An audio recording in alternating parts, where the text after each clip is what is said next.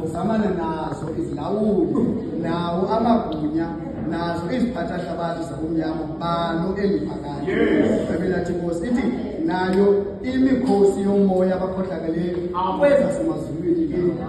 uPaul akathethi into sisibethu uthi umzamo wethu awungozamani nenyama negazi.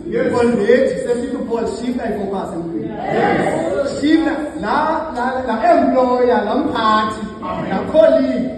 How shift ifocus? Uyihoya because uzawuphinda uthi bathi umsebenzi ushift ifocus. uPaul yenze yaqala umzamo wethu awungozamani nenyama negazi. Uyibeke kahle wazibhala ziyi-4 i-principalities, i-rulers of the darkness wazibhala. So uyakuthi usiya kulembi uyazazi uba uyolwa nabani.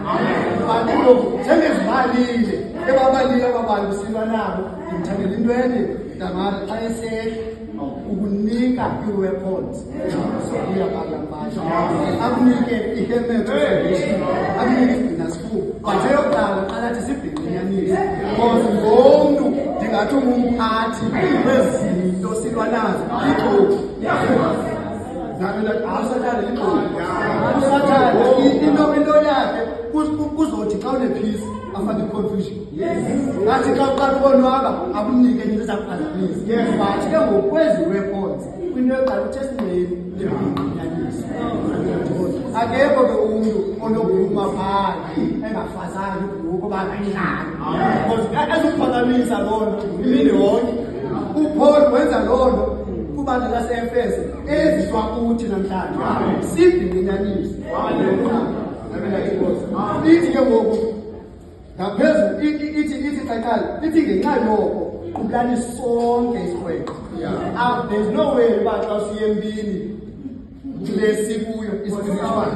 There's no way uba uzamya lezawufuneka kuyo uqonda mna ndodwa ndilenjoni ndizawuphuma kanje mhlawumbi ndandilungayo empini andilungi kwimela ndithanda amanqindi. There's no way ukuthi qulani sonke isikweko. Ukuze nibe nabo ukuzixhasa ngomhlabombi nithi nikufezile konke nibe nini.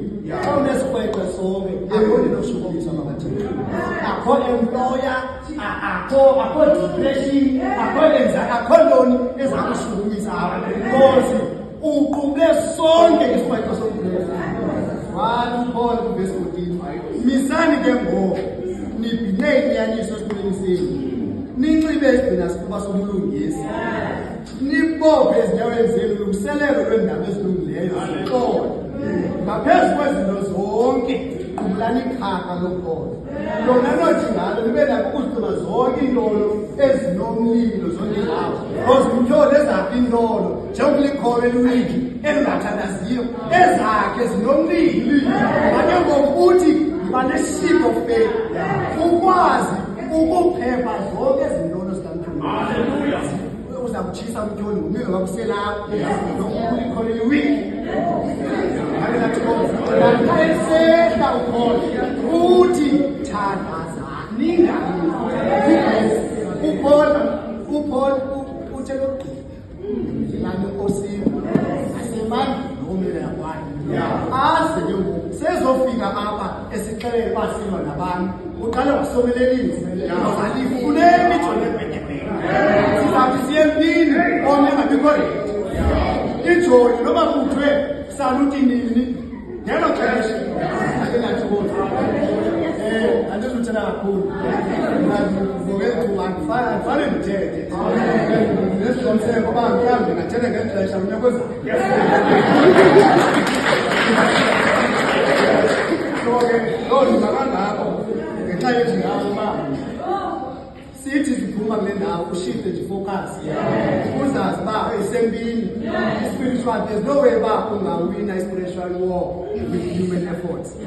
Uzakucima umtyholi uphele ngawo sithi wanye ngumzalwane because uzawuthi usathi uwikho njalo abengayikanga ngeentolo zakhe malona nje umtyholi ke endimthanda ngayo aboshela mhlawumbi kuthiwa sikulutsha umtyholi akazithatha uba uthethile yulutsha uzaza uba unomdawu aze uba ufasha aze uba ufulela uba akanaso isikweko somlilo akazi ukuthi akuthethe ulusha lusefu uzaqala ongekho sefu ongashiftanga focus ayisekelelo singayo ngiye likhona ixesha isekhona ithuba usenalo ithuba oba uhlale mthandazweni because ke laa thina mani isikweko esi somthetho simane ngothandazo nothi umntu ongathandazo 2 minutes okanye umthandazo wendayo ngophumeli umthandazo welala ebusuku awukwazi uba likhona njalo wenyaka everyday uyafutha uthi 365 days ulikholwa elithi lizamane nemimoya imimoya iyaqhubela phantsi wafutha unjalo